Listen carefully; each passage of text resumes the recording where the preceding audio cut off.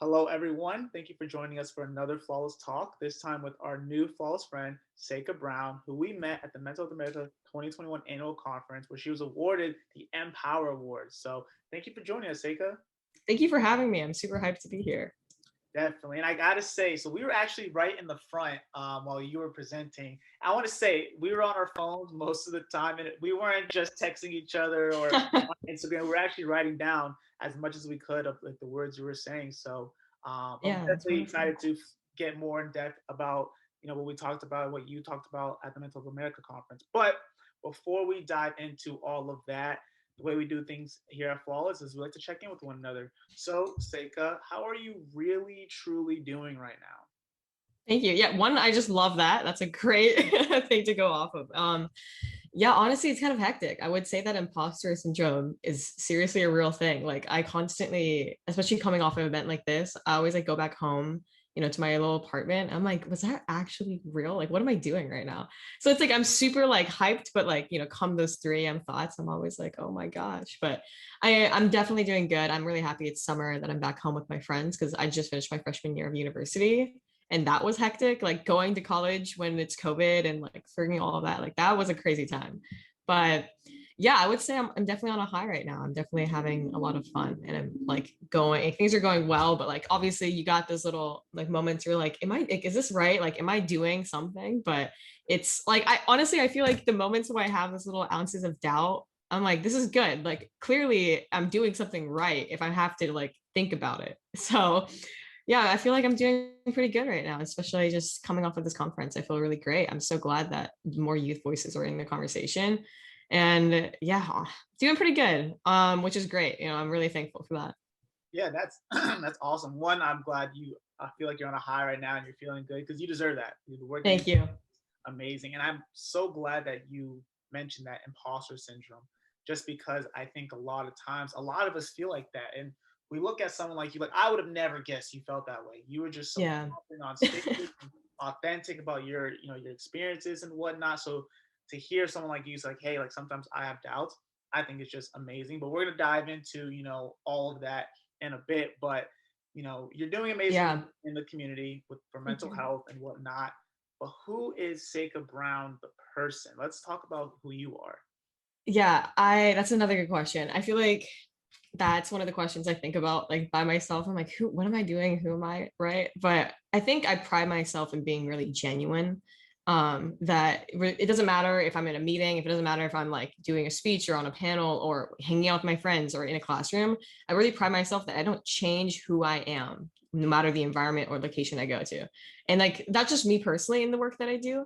And so like I feel like I'm just a genuine person, like someone that keeps it really straight up. Like I can be super serious if I have to be, but I'd much rather just have a conversation. I feel like I'm someone that's like, I don't know. I think I'm a very people person. I'm Christian, and so like being part of being Christian, it's like you're here to love everyone and anyone, and like that's just the whole point of just being a genuine, wholesome, loving person. And like I think that's the person I strive to be, and like through striving to be her, in a way that I do become her, like just this genuine person that doesn't really change who she is depending on the setting.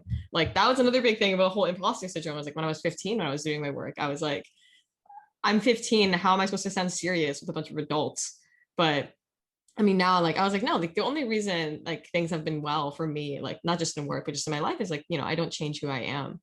So I feel like I'm just a genuine person that just like I focus on love at the first, and I focus on listening, which I mentioned in the speech. Like I'm just here to be a friend of myself and like of my friends and like everywhere I go. So yeah, I definitely pride myself of being like a genuine person. Yeah, and there's some key words that I just want to like bring to light that you said: genuine, wholesome, loving. And I think what was just so moving to me is that you see that while you're speaking.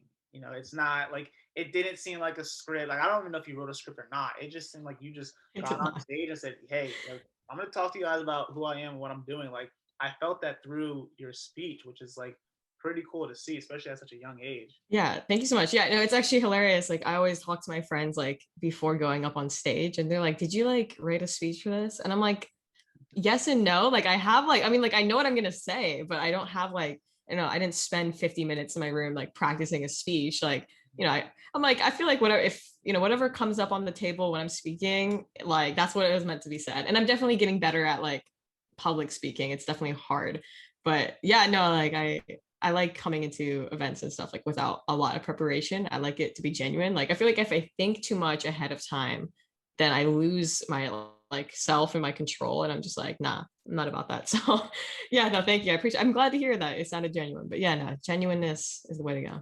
Yeah. So, I mean, not only is that great for the work that you're doing to be genuine and whatnot, but that's just a great lesson for life. Just being genuine, being who you are, I'd imagine makes everything easier. But Yeah, definitely. as I said, you were presented the 2021 mPower Award, which is an award that celebrates the life and work of a teen or young adult who speaks out about mental health issues to educate his or her peers and to change the conversation surrounding mental health. So, what does it mean for you to be recognized at such a high profile conference? Because for me, just to be invited as a speaker, I was like, whoa, this is big time. I'm telling everybody, look at this conference I'm speaking at. This is the Mental Health America conference. And here you Right. are winning an award at this conference. So what does that mean to you? Yeah, I mean, again, it's like there's a bunch of mixed feelings about it in a positive way. Again, like the imposter syndrome is real. Like I reflect on it and I'm like, is this like, am I like, I don't want to like scheme them. I really hope I'm doing cool things, right? Like, but it means a lot. I mean, I look back on where I come from and I again pride myself on being genuine. Like I don't want to come off. I'm like, oh, I'm coming here and I came here from a good background and like everything was great and things are continuing being great. Like I don't want to give off that vibe, right? Like I want to be straight up and it's just like what means a lot about this conference is coming from my background. Someone who struggled financially growing up, like my parents are a pretty low income family. I'm coming from a mixed family, so my mom's Japanese, like and like all these hardships. And I think what the coolest part about it for me is like it's fun like going out there on this stage and be like, yeah, I'm in university now and I go to this really good, institution. I go to Cornell, but like I got a 2.6 GPA in high school. Like I did terrible. I failed classes. I got like a D minus in chemistry. I got an F in algebra 2. Like I think that's the craziest thing for me, like coming into this conference and then especially winning this award is like you don't need to take the traditional path. And I'm so glad that I didn't, because if I did, then like all of this wouldn't be worth it. So it means a lot that not just this organization, but the values that this organization has and the people that attended this conference have matches the fact that like you don't need to be this perfect straight A student, right? Like you don't need to be like, the best of the best. You can be this kid that's kind of struggling but wants to do something and was good enough. So like I think I started all this work about 4-5 years ago when I was 15 is beyond me. Right. I was again this 15-year-old struggling in high school. Like my biggest concern was like passing my classes so I could go to track practice. Like that was my biggest like what in life. Right. And then now I'm here, I'm like accepting this award. I'm like, this is crazy. Like I still feel like a 15-year-old, but clearly that's not the case. And I'm growing up, which is amazing. So it's amazing. Like it's all over the place. And then like meeting all the other speakers that came and all the other guests that came, I'm like, why? Like I'm in this room with these other like really cool people. Like this is so surreal to me. But I think the cool thing is like the fact that these organizations like Mental Health America recognized the work that I was doing and saw it valuable. And I clearly think my work is valuable because I'm doing it. But to see that response, to see the response of the work that I am doing be valuable is a lot. Like it's really comforting, being so young, figuring out like what you're going to do with the rest of your life. Like it's kind of scary once in a while to be like, I really hope I'm not throwing my future away. And like I'm doing this and this is going to be a good thing. And so, not just winning the award, but seeing the recognition around the work that I do be something that's valuable is really comforting and amazing to see. Yeah, I mean, and you're kind of like just redefining the paradigm of what a lot of people, consider success. And you're showing that success isn't this linear path and you have to go to school and get good grades and like you're speaking to I mean, and at times I feel like you're speaking to me like, we're both, part of the minority community, like you having Asian descent and me being, African American, Yeah. working in mental health. There's not a lot of people that look like us in the field. But then also, imposter syndrome is just such a great word because for me, going to Columbia, I oftentimes felt like, am I even the smartest kid in my school? I don't know. Yeah.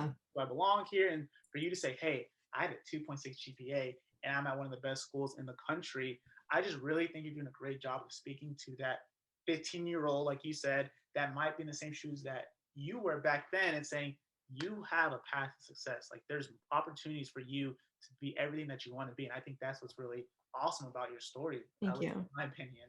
Yeah, no, thank you. Yeah, I mean, my brother is he's 4 years older than me. He's my biggest like role model in life, which maybe I said, but like he didn't take a traditional path either. Like he did terrible in high school. He went to community college. He had like 3 jobs at one point, but now he's married. He's making a really good income. He works in software development. His wife is like an intern at NASA. Like I see these people who don't go down the traditional path. Like going down the traditional path isn't bad, but if you're struggling going down that path, my brother told me once, like, if you're not going down the path that everyone else is going, you're the textbook example of everyone that does something cool in life, which I think is a fun statement. Like it's, you're struggling and you can use that. And it's like really cool to see when it, fuels into something else. And so again, like that's why this conference was amazing. Like seeing, especially about it being about mental health, it's like seeing this united like place where people like are open and vulnerable about their struggles, but also recognize like mental health is not just mental illness. It's like being here in this moment and appreciating where you come from. So yeah, thank you so much. Yeah, it's really hype. No, definitely, definitely. And your brother's quote, if you're going down a different path, like you're the textbook example of people that do cool things in life. I love that. And everything that you're saying is showing why you're so well deserving of this award. Thank you. And you kind of mentioned some of the work you've done from a young age, and that included YLG research and Arc Nova, I believe. Mhm. So, you've mentioned some of the work. Can you just dive into a little bit more about what these organizations were that you founded and the work that you are doing in the community? Yeah, definitely. So my first organization I ran is called Arc Nova, right? It was founded when I was 15 years old, when I was a sophomore in high school. And that one, so in Arc Nova, we focused on mental health policy change and awareness. We did a lot of policy work. We did a lot of lobbying up in Washington State. But yeah, it's like that's another thing I look back on. I'm like, how is that over? Like it was more of like a bunch of kids. We wanted to make a club in my high school, and then my principal said no. And my 15-year-old self was really stubborn, basically the best way to put it. And I was like, you know what? If you will say no, I'm going to take it up to your boss and you won't be able to say no for me from there. So that's exactly what I did. So I went to my superintendent of my school district, and then he accepted the club. And then I kind of wanted to build credibility with Arc Nova before I went to my superintendent. So I talked to state legislators, I talked to like researchers in the field. And so I got all these connections. And then at one point, this one state legislator, like she sat me down and she was like, do you want to like work on a bill with me? And I'm like, oh my gosh. I mean, yes, I'm like 15. Of course I want to work on a bill with you. And so, yeah, we worked on about 2 or 3 bills up in Washington State for about like, right, 2, 3 years.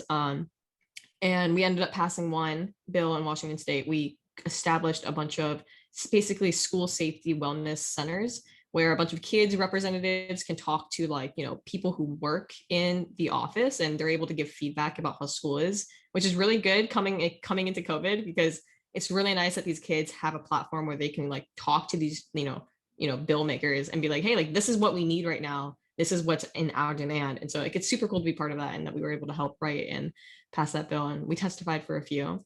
And then my senior year of high school, everyone was asking me, so like, what are you going to do with your organization? And I'm like, it's so hard to like say, because this was not much of an organization to me. I'm like, yes, I had that nonprofit status, and like, yes, it was like an organization, but in reality, it was just a bunch of my friends and I like together, just kind of hanging out at conferences and at the Capitol. Like we really were just a bunch of friends. And I'm like, I can't continue that into college. Like I can't have that. I don't want to put that expectation on myself or on my friends, most of all. And so we decided to like kind of end our legacy with writing a toolkit. So at the end of my senior year of high school, we wrote a toolkit that is for youth, that is for activists or people who want to do something in the workforce. And it doesn't matter what social cause you can do, environmental justice or mental health. It doesn't matter, right? And we kind of just wrote a toolkit, and part of that toolkit was writing our philosophy of just being genuine people. So it was really fun. And then coming into college, I was like, maybe I should focus on school. And then after about a month of school, I was like, I'm not going to do that. So I actually ended up doing a event with the ex-chief of health from the United Nations, Stefan Peterson, from an organization that I'm affiliated with called Cities Rise. And after that event, I was like thinking to myself, like, I think it's really cool to see how mental health is defined differently in different cultures. Like, again, like coming from a mixed background, my dad's from England, my mom's from Japan. They have very different definitions what mental health is, right? Like, but it's not worse or better. Like, there's no correct definition. they're different. And so I was like curious about what mental health looks like in different cultures. And I like started researching it, and there was a bunch of like these 1970 like research statements about mental health in different cultures dictated by a bunch of old white men. And I'm like, this is one, I mean, maybe I'm not going to say they're wrong or right. I'm just saying it's a little bit boring and it feels outdated. And so I was like, you know what? I'll just do that then. So right now with Wiology Research, it's newly founded. It's almost a year old.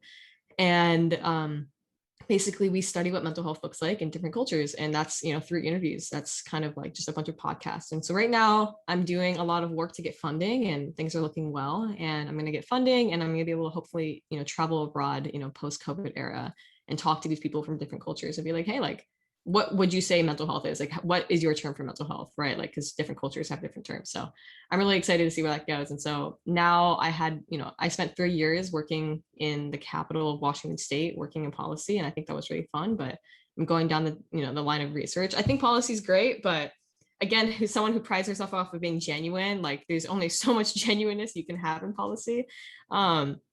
And that's just that's just the place of the workforce. But I really think I'm doing ethnographic research, so I'm doing one-on-one interviews, one-on-one. I'm not making them statistics, I'm making them conversations, and I'm just like, talk to me. The moral that we always talk about at YLG is like, we are not here to help anyone, we're here to listen. There's no problem that we're trying to find, there's no solution that we're trying to get at, there's nothing that we can give you, right? I'm not going to walk into your land and where you live and be like, here's my solution. Instead, I'm going to like give you a microphone and be like, talk to me about what your culture is and what you define mental health as, and like that can be shared across the world. And so that's that's the thing. We're not here to help, we're here to listen, and like that's kind of the foundation of it. And so with Wiology, we're just doing a bunch of research, and at the end of maybe 2 to 3 years, we're going to compile that into a research report and then publish it. And so it's super exciting, and I'm excited to see where it goes, but definitely in the early stages, but I'm super hyped. Wow. I'm sorry. Yeah. No, I mean, that was all so great. If anybody was questioning, like how'd you won this award, boom, you just gave them a great answer as to why you were more than well deserving of such a great award. And I'm also glad that you already kind of touched on, being involved with Cities Rise. I know you guys had other people at the conference that were involved with that, and you're also involved with their Seattle Youth Leader Network. Yes. So, I mean, if you just want to go more in depth about, what you're doing and the role that you play. I'd love to. I love Cities Rise. Like, they're my favorite. Like, they are an organization where a lot of my personal values line up with, and I think it's really nice to see. They're a patient organization, and they're definitely kind of like the underdog in the mental health field, I would say. They have a lot of connections, but not every single one of their connections see them as something valuable because they're so patient. They wait for things to arise. Basically, what Cities Rise does, at least in the sector that I work with them, is that they help a bunch of young adults across the world start something in their own areas, right? So they work in Nairobi, Kenya, they work in Shanghai, India. Like they work across the globe in helping people in that area. Like, right, they give money, they give funding, they give resources in that area. Again, like, they don't come into their land and be like, hey, here's the issue and here's the solution. They go, you know the problem better than we do. Let us know what you need and we can help you. And they also do that right in Seattle and Sacramento as the 2 United States locations. And so it's with Cities Rise, it's been wonderful. And they really value their young adults, their youth leaders. And so being part of the youth network up in Seattle here, it's super fun. Like, I'm in contact with a bunch of like now 15, 16-year-olds. And I'm like, dude, like, that's crazy. Like, I was in your shoes not too long ago. But it's also nice because as I gone older with Cities Rise and as they grown as an organization, our relationship is not just business, it's life. It's we're talking about something serious, we're talking about mental health. And so they are helping me in terms of my research, they're helping me with global contacts, they're helping me just kind of like talking about translators or figuring out all like the little details that you don't think of when you decide to do research. So they're really great. And again, Cities Rise's values about listening, it's about helping people from their city. Like, it's not it's not about, again, going in with a solution. It's about like, okay, whatever you need, we're going to do our best to help you and get that to you so you can build whatever you want to build. And the nice thing about it is like, they don't take credit for it. They go, no, here's this amazing young adult, whether that be me or anyone else. Like, they're this amazing young adult. They're doing all this work. We're simply sitting on the sideline, like giving them water once they need it. And yeah, so Cities Rise, they're a beautiful organization. They do a lot of work just like kind of uniting youth voices. I think the chaotic thing about being a young adult working in any, like, you know, social justice field is that there's so many of us now and no one knows how to contact each other in a way. Like, how do you, like, you could go on an Instagram DM, but like it just feels weird. And so Seattle, in the Seattle network, they also are part of the global youth network that Cities Rise has, and so it unites kids globally. So I'm connected with kids from Sacramento, from Seattle, again from Colombia, from Kenya, from India, from all these countries. I'm connected with kids from Sweden, like and that would be impossible without Cities Rise. Like, yes, we have this technology, and yes, we can go global, but Cities Rise can connect you with them. They can give you those personal contacts. They can be like, hey, like these are two kids across the world working on the same thing, or can help you in your project. And so it's super cool to see an organization like this, which is so like out of the park. Like they're not the United Nations, they're not WHO. They're just being a modern organization that focuses on listening and being genuine and just, you know, helping like kids do what they need to do and what they want to do. So yeah, Cities Rise is amazing, and I'm really hyped to see them grow as an organization. Yeah, that's awesome. And as I listen to just all the different things that you've done or you're affiliated with, you have a laundry list of accomplishments, which is great to see. But I mean, how do you juggle it all? Like how do you also make sure that you're doing your checkup from the neck up, and you make sure that you're staying regulated and whatnot? Like what's your self-care routine? Yeah, I mean, that's the big question. Like it's difficult. I don't think, for me, it took me a long time to like get it down and to figure out what works for me. And then I went to college, and then that completely flipped all over again, and I had to refind it. Um, Again, like as I mentioned before, as like someone who is Christian, I'm glad that I have like this faith background that I'm grounded in. And honestly, like I just strongly encourage anyone, like I'm not saying you have to be Christian, but find something that you believe in, right? Like, doesn't matter what you believe. I would say like find something that you believe in, whether that be like any kind of religion or any kind of faith related thing. Like it's nice to have that grounding, like secure, that like this is what I believe and I find comfort here, and I recommend like anyone to go like seek that thing. And for me, like that's another thing. I'm part of a fellowship on campus, so I'm able to be around these people who share, you know, the same belief as I do. I can like find comfort in that. But I think another big self-care thing is like, and I know people hype it up and like, but it deserves to be hyped up, but like taking time for yourself, it's a huge thing. And for me, it's like, how do I put that into my day when I'm a full-time student, when I'm, you know, I'm running an organization, I'm doing research, like how do I take time for myself when there feels like there's no time in the world? And so even though waking up early sucks, like I always wake up a little bit early and give myself an hour, and I could do absolutely nothing in that 1 hour, but it's really nice, right? It's the one time in the day where I'm actually doing nothing. And it's really grounding when you're constantly on the move. And like for me, again, like it's like waking up in the morning, maybe reading a page of a book. Like I'm not going to say I have this beautiful routine where I wake up sharp at 5 a.m. and, you know, make myself like a smoothie bowl. Like I don't do that. Like what really happens is I have an alarm, I snooze it once, and then I get up and I'm like taking my time. And like I think that's the nice thing. Part of self-care is taking your time, because everything else in life feels so rushed. And so I give myself this 2 hour grace period every single morning where I don't feel like I have to do 50 things at once, but I'm taking my time to get up. I'm taking my time to make breakfast. I'm taking my time to make my coffee or to take a shower, right? I don't rush myself or keep myself on a bulleted list. What I'm doing is just like, I'm just, you know, existing in this time span where I don't have to do anything. Um, Another thing is just like I'm really blessed for having a great social circle, both on campus and being back home. And so my friends, they ground me. And again, I pride myself off of like focusing on my relationships first. So even if I'm in the middle of like working and my friend texts me like, hey, let's go get coffee, I'm not going to say no. Like, you know, your friendships, your relationships in life are the most valuable things. And so I always feel like it's a sign if someone like texts me like, hey, like, are you alive? Like, are you like, you want to like hang out and or something like that? And I'm like, you know what? Yeah, like let's go for it, even though I have stuff I have to do. So it's kind of like knowing my values, knowing what matters to me and putting those things first. I think that's self-care. You know, it's not always in their strict routine. It's just in what you value and living out those values. And I think you know, in a way I pride myself of doing that.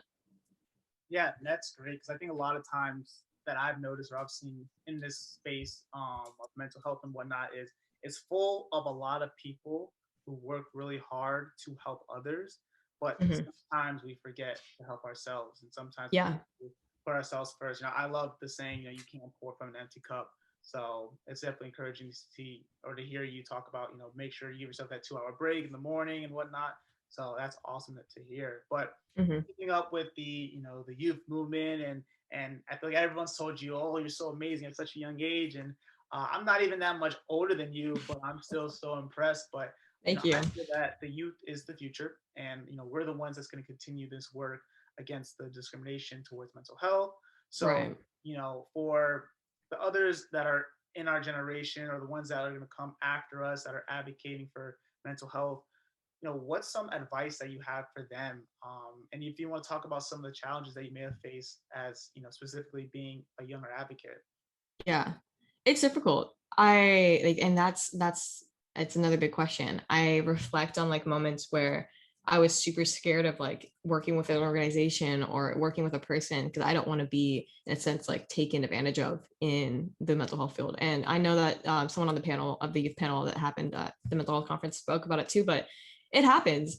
It's the sad truth is that the young advocacy industry is becoming the next like singer dancer like industry. Definitely it's not as big, or but it's something people are trying to profit off of, which isn't a bad thing. Kids deserve to get paid, but at the same time it's difficult because a lot of kids, you're completely lost. Like I had a mentor, but he was only a few years older than I was. He was about the same age as my brother, which was amazing, but at the same time it's like how much can you learn in that 4 or 5 year age gap? It's you're pretty much still in it together. Like I had no direction. I didn't know what a press release was. I had to do that. I had to like Google all of that by myself. It's difficult because it's like you're so young and school doesn't teach you any of this, and you're super hyped to jump onto any opportunity that comes your way.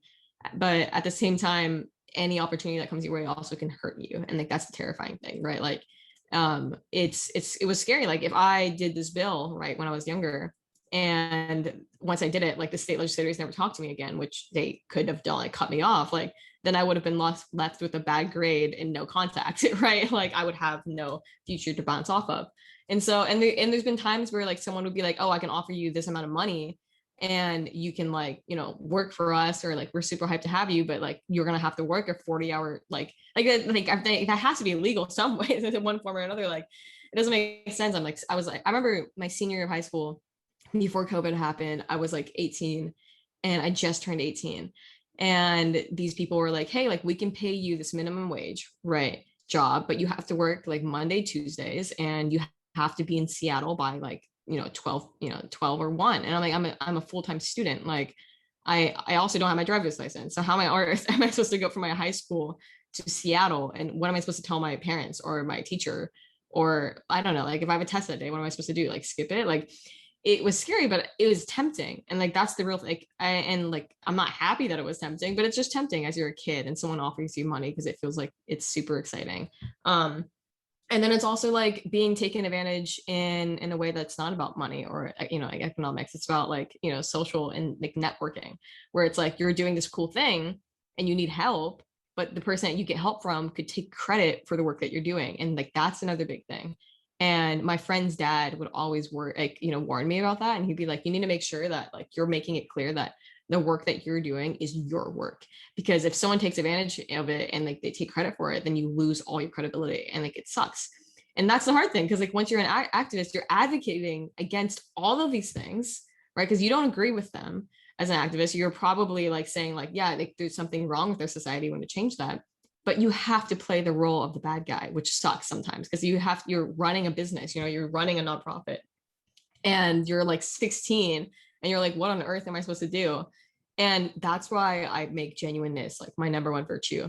Because if I lost myself in the process, or if I, decided to like sugarcoat anything and like, suck up to people, then I would have lost myself. I would have lost my credibility. I would have lost my work. I would have lost my values. And like, that's the worst thing anyone can do, whether that be in the activist industry or like any kind of industry or any kind of work.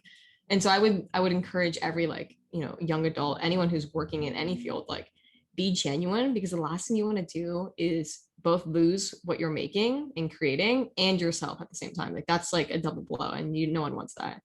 And it was a hard road. Like it didn't come like success in a term like didn't come to me to like right away, right? Like I was 15 and they offered for me to work on this bill, and not everyone was understanding. Like it was a super hard road, and my superintendent, I had to go up to him twice because at once he said no, like, and my principal said no, and like it was this constant battle. And the principal was like, oh, like, or like, oh, like we can do this instead. And, but you have to give us credit or whatever. And like, this, it's like this complicated thing. So I would say like, don't sell yourself short, like be open to every opportunity, but you don't have to be quick to grab it. Like it's okay. Like in reality, if you're a kid and you're working in any kind of like field in terms of advocacy, these like adults need you more than you need them. And that's the strong truth. They need young adults now. They need these kids now in order to get these bills passed, in order to do all these things. And it's nice and it's exciting. And sometimes you just have to play the role. But it's also like, don't underestimate how much the youth voice is needed and required now. So don't jump onto the first opportunity if that person is just doing it just so they can get something passed, or just because they, you know, can continue their work. Do it because they want to help you, or do it because they want to listen, right? And so I think that's the biggest thing for me, is like, I had to make sure that who I was working with was, one, correlating with my values, but two, wasn't taking advantage of me. And that's through being genuine, taking your time, not rushing into any, like everything. Again, they need you more than you need them. An opportunity can come your way. You can take your time. You don't need to respond to that email right away. You don't have to respond to that call. You can like think about it, talk to your friends, even though they might not know anything like better than you do, but they want to protect you, right? They want to help you. So it's like taking your time before you jump into everything is like the number one thing. And I think that's what kept me safe, you know, in this field, was that I didn't jump into every opportunity. I was like, oh, thank you so much for offering. Like, can I get back to you another day? And it was like that, you know, thinking process, because you're super excited when something good comes your way. And then once you get into it, you're like, this kind of sucks and I want to get out. And it's like, that's even more stressful. So yeah, taking your time, being genuine, and just making sure you don't sell yourself short, but also don't sell yourself too much. Like people will take advantage of you. And that's the sad truth. Like you don't want that. So yeah, just take your time and think through the processes, I would say. Yeah, and that's huge. I think that's an aspect of, you know, this industry, or any industry in general, but just being young and understanding that it is an adult world for the most part, even though youth voices are so important in the cause. But Right. I think that's a side of it that many people may not be aware of, or, you know, close their eyes to. And you like to think that everyone has everyone's best interest at heart, especially in this industry, but the reality is Right. people do, you know, have their own Yeah. interests, and it might not always align with your self-interest and whatnot. So that is wonderful advice for anybody that's looking to get into the space, or youth anywhere.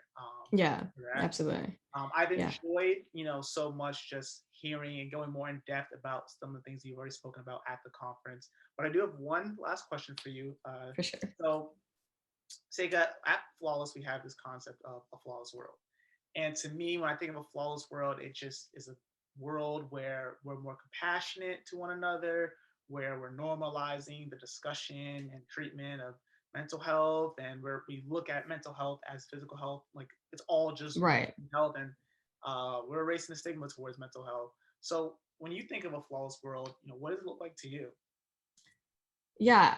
It's fun that you asked that. I think, you know, when I was growing up, like even before I was 15, I would always like be playing a game with my brother or something, and I would always like think to myself like, this would be so cool, right? Like if you had this world where things were like really nice, things were really nice and like fun, and just your friends and I, you would like play make believe, and like it's called make believe, which is sad, but like it's fun. I think for me, when I think about a flawless world, it's about, again, listening. It's about genuineness. It's about being who you are, like, you know, shamelessly. It's, I think the issue about this world and like so many other things is, what bothers me is, again, like that so many people shove hands into other people's faces and say, no, no, take this one. This one can help you. This one will help you. Um, I think sadly, so many people look over like the concept of friendship and relationship and building, you know, genuine connection. I think a flawless world starts and ends with connection. I think it starts and ends with friendship. I think it starts and ends with, you know, wanting to be a friend above all else. I would say it comes from people wanting to communicate, wanting to know each other. It's about, you know, having a happy planet, but also not forcing the concept of happiness. Like that's like, it's a dumb concept, to be honest. So it's like, it comes in communication. Like when I think of something that's flawless, I always think about the relationships I have in my life, my friends, my family, my brother. And like there's rocky roads and things that suck, but what makes it so wonderful is the fact that it's a genuine connection, and that deep down and even on the surface, I know how much they care about me and that's flawless. Like that's amazing. And that's what I wish everyone else in this world had, because I feel like if more people had that in this world, more things would be happier, more things would be good. And so I think, well, yeah, when I think of a flawless world, I think of something that's genuine, something that's, you know, based off of connection instead of beating each other or having the best solution or finding the next problem. I think people try to like seek for so many things, and then, you know, try like some people even make a problem so that they can have a solution. It's crazy. Like, you know, just I think a flawless world is when friendship and connection and communication is put first, and then you see people actually wanting to be with each other, learn about each other. You know, you don't have to agree on everything, but it's, you know, when you have that at the basis of it, it's beautiful. So yeah, that's what I think of a flawless world. Couldn't have, closed this conversation out any better, if I tried. So thank you, Seika, for just an overall amazing conversation. Thank you for rehashing, a lot of what we talked about at the Mental Health America conference. But for those that want to learn more about Seika, we'll make sure we'll have her accounts and more information about her in the description of this video. But other than that, thank you, Seika. Thank you so much. I'm so happy to be here.